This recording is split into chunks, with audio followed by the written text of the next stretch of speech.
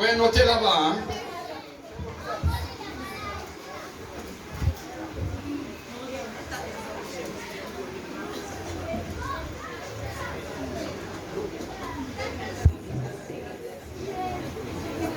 Ok. Et toi, Geneviève?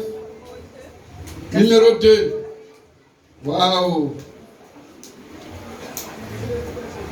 Merci. Oui, Pissonet. Numéro 3. Oui. Ok. Et puis, numéro 6. Amen. Donc, c'est parti. Missionnaire, il dit, voici ta question. Quels sont les moyens utilisés par le jeune Daniel qui lui ont permis d'être délivré des lions affamés?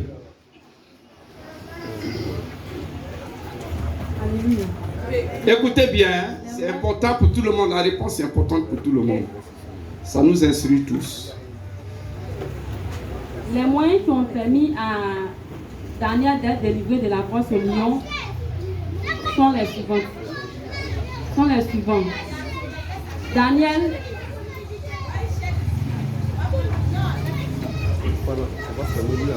il y avait d'abord la prière. La prière, allons-y. Daniel a fait un jeûne de...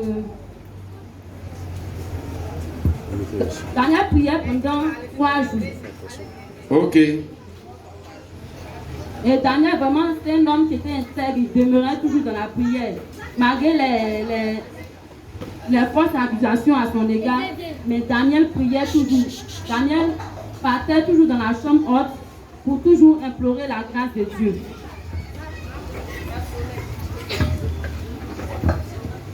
Ça finit?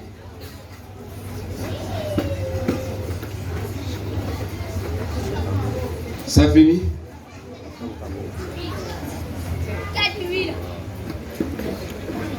Et Daniel aussi, il faisait en plus de la prière, il louait toujours Dieu, étant dans la chambre haute.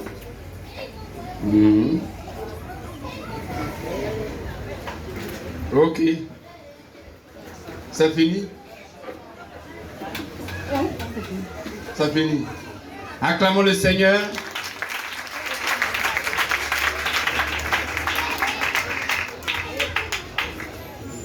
Ok. Et la missionnaire Geneviève, quel est le nom du roi qui a jeté le jeune Daniel dans la fosse au lion? Le nom du roi. Le roi Darius. C'est ça? Tu as dit quel roi? Oui? Le roi Darius. Elle dit le roi Darius. Ok. Merci. D'accord. Oui, missionnaire César. Quelles sont les compétences du jeune Daniel qui ont convaincu le roi pour l'établir sur son royaume et sur ses chefs? Daniel est un jeune vraiment persévéré dans la prière. Persévérer dans la prière, ok, allons-y. Par la prière et l'explication des songes. L'explication des songes.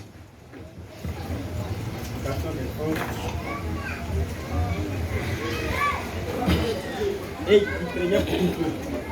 Il craignait Dieu. Il craignait Dieu. Ok. L'explication de ces songes va permis d'être élevé. L'explication des songes. Merci. Acclamons le Seigneur. Missionnaire Jessica, tu as pris le numéro 6. Hein? Pendant combien de temps le jeune Daniel a-t-il gêné lorsqu'il a reçu la vision de l'ange annonçant les événements derniers? Daniel a gêné pendant 3 jours. Non. Ok, c'est fini. Amen.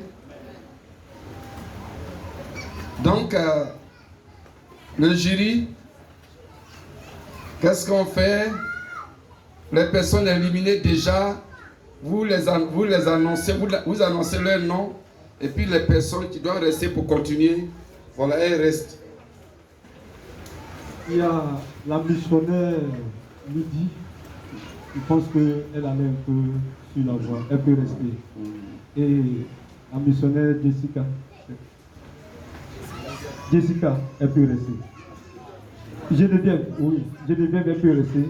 À part ça, les 2 autres peuvent partir. Parce qu'ils ont donné une mauvaise réponse.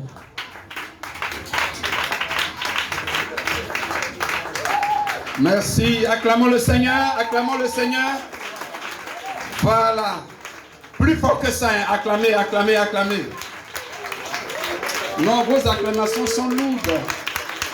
Est-ce que les hommes et les femmes sont là? Les jeunes sont là?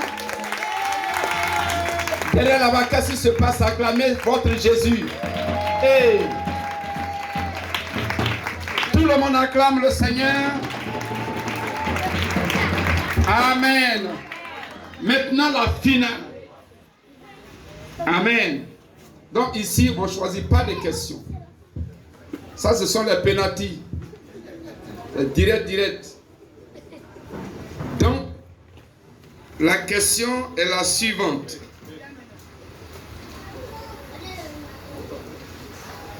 Shabaya. Citez le passage biblique de l'établissement de Daniel sur toute la Babylone et chef suprême de tous les sages. Donnez le passage biblique où il a été établi chef suprême sur toute la Babylone et sur tous les sages de Babylone. Le passage biblique, la référence biblique.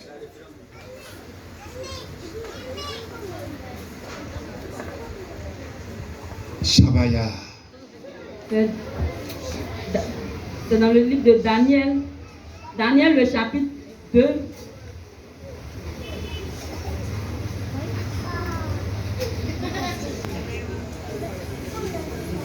Acclamons le Seigneur, donne le micro à l'autre. Je sais que c'est dans le chapitre 3, mais le verset. Alléluia. Acclamons le Seigneur. Les 2 ont échoué. Certainement. Les membres du jury, qu'est-ce que vous dites? Bon, les 2 ont échoué. D'accord. Et c'est dans le livre de Daniel 2, le verset 48. Merci beaucoup. Donc, une autre question. Expliquez la vision du bélier et du bouc que le jeune Daniel a reçu de Dieu. Expliquez cette vision. Quand il a reçu la vision, lui-même, il a expliqué la vision. Ça est dans la Bible.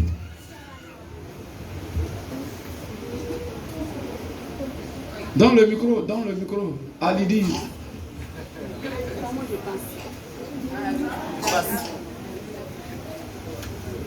Bon, la vision parlait de royaumes qui vont succéder après le royaume de Nebuchadnezzar.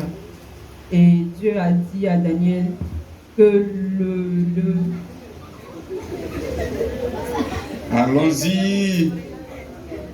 le bélier représente le royaume qui va venir après le roi Darius. Maintenant, ce royaume va... Après le roi David. Ouais, allons-y. Ce royaume va s'imposer. Maintenant, il va commencer à dire des paroles d'arrogance. Et Dieu va envoyer un autre royaume.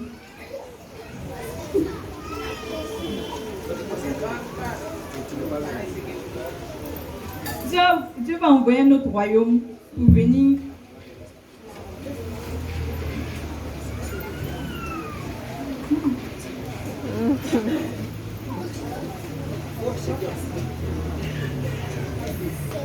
Pour le vaincre. Parce qu'il était tellement, il se croyait au-dessus de Dieu, il se croyait fort. Maintenant, Dieu va lui prouver que non, c'est lui l'Éternel, c'est lui qui donne la force, c'est lui à lui le règne. D'accord, c'est fini. Ça, c'est la vision du bélier du bouc. Alléluia. Oui, le jury. La réponse est tirée du livre de Daniel 8, à partir du verset 1 à 14. Gloire à Jésus. Et je vais demander, nous allons lire ensemble et tu vas comprendre.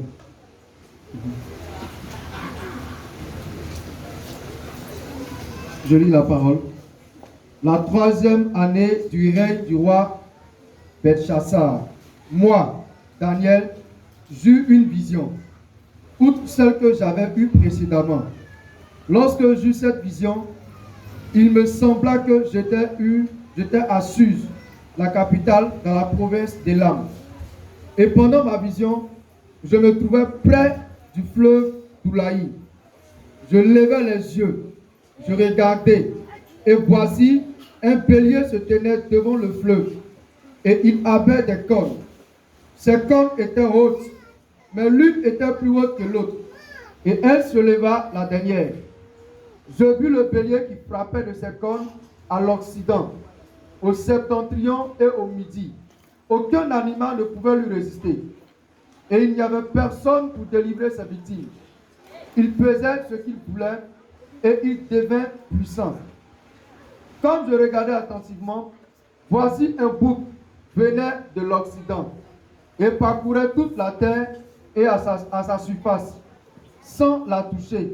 Ce bouc avait une grande corne entre les yeux. Il arriva jusqu'au bélier qui avait des cornes et que j'avais vu se tenant devant le fleuve. Et il courut sur lui dans toute sa fureur. Je le vis qui s'approchait du bélier et s'irritait contre lui. Il frappait le bélier et le brisa des deux cornes, sans que le bélier eût la force de lui résister. Il le jeta par terre et le foula, et il n'eut personne pour délivrer le bélier. Verset 8. Le bouc devint très puissant, mais lorsqu'il fut puissant, sa grande corne le brisa. 4 grandes cornes s'élevèrent pour la remplacer, aux 4 bancs des cieux. Verset 9. De l'une d'elles sortit une petite corne, qui s'agrandit beaucoup vers le midi, vers l'Orient et vers le plus beau des pays. Elle s'éleva jusqu'à l'armée des cieux. Elle vit tomber à terre une partie de cette armée et des étoiles, et elle les foula. Elle s'éleva jusqu'au chef des armées. Bon, merci. Amen. Donc, c'était juste pour savoir la référence biblique. Donc, si vous pouvez déjà expliquer, bon, pas expliquer, mais présenter le texte simplement. C'est ce qui était demandé. Alléluia. Donc, on continue. La dernière question. Amen. La dernière question. La dernière question. Pourquoi Daniel a refusé de manger le repas du roi? Alléluia. Daniel a refusé de manger le repas du roi parce qu'il ne voulait pas se souiller. Oui. Parce qu'il ne voulait pas se souiller les mains.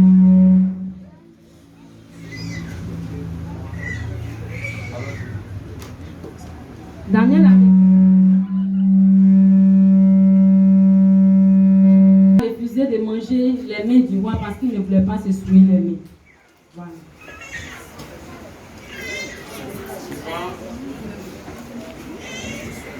Daniel a refusé de manger le repas du roi parce que pour lui, ce que le roi mangeait était impur. Donc, comme lui, il était un enfant d'Israël, il ne voulait pas se souiller le corps aussi. Le jury. Pour ma part, les dons ont donné la bonne réponse. Parce que Daniel a refusé de se souiller le corps parce que Daniel ne voulait pas pécher parce qu'ils n'avaient pas le même Dieu. Donc il a refusé de souiller ce corps. C'est la bonne réponse.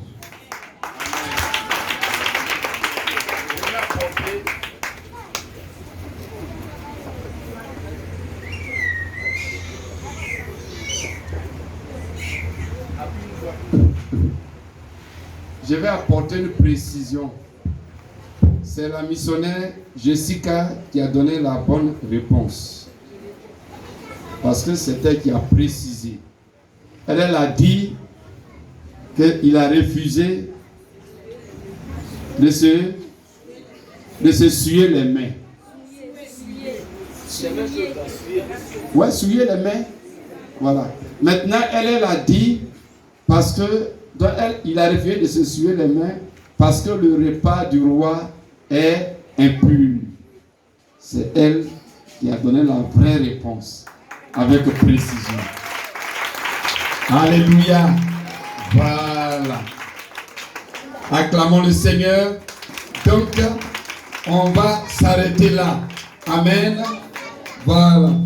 Et donc, la gagnante a un prix, une enveloppe remplie d'onction. Amen. On acclame le Seigneur plus fort que ça. Voilà. Merci. Voilà, tu es béni. Voilà. Alléluia.